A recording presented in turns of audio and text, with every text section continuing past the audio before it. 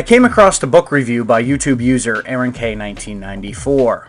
This review was done some time ago, so we'll assume that Aaron is now finished reading his copy. In his video, he promotes a book written by renowned biblical scholar Gary Habermas, titled The Historical Jesus, Ancient Evidence for the Life of Christ. In Mr. Habermas's book on page 190, he tells the reader that Suetonius had access to the imperial archives before writing. While Suetonius was a secretary to Emperor Hadrian, he possibly had access to the imperial archives. However, this claim cannot be confirmed. In Suetonius' passage of Claudius 25:4, he does not list a source to his information, like so many other Roman historians. Nor does Suetonius make any quotation of the imperial correspondence after his chapter of Emperor Augustus. Intriguingly, Suetonius was removed from his position of Secretary of Studies by Hadrian once it was learned that he himself had an affair with Empress Vibia Sabina. In association with the difficulty of obtaining access to the imperial archives, known as the Commentari Principis, Suetonius' contemporary Tacitus tells us in his History that the Senate was denied access to these records. Tacitus writes, Junius Mauricus asked Caesar to give the Senate access to the imperial registers, from which they might learn what impeachments the several informers had proposed. Caesar answered that in a matter of such importance the emperor must be consulted.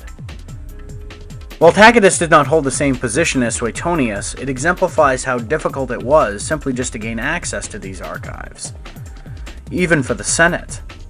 Furthermore, the fact that the name Chrestus appears in the text and not a more specific name only demonstrates that the archives were not referenced, for they would have undoubtedly had contained much more detailed information.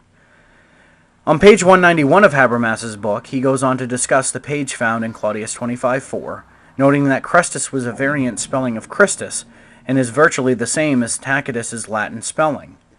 Outside the fact that Christus is a title meaning the Anointed One, and Chrestus derives from the Greek word Chrestos, meaning good, useful, gracious, or kind, I turn to the Latin text in Suetonius' passage and emphasize the terms impulsore and Chresto. Unlike the common translation of this text, impulsor does not mean instigation, but rather instigator. Impulsor makes Chresto appositive, better rendering the text the instigator Chrestus. If in fact we are to render the name Christus here, how could Jesus be alive and well in 49 CE, creating an uprising of Jews?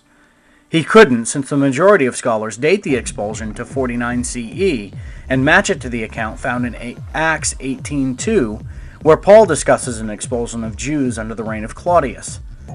While Aaron K. 1994 may find this book by Gary Habermas to be awe-inspiring and exemplify his belief in a historical Jesus, as illustrated by not only myself, but also in the work by Robert Van Voorst, Suetonius' passage offers no validity to a historical Jesus.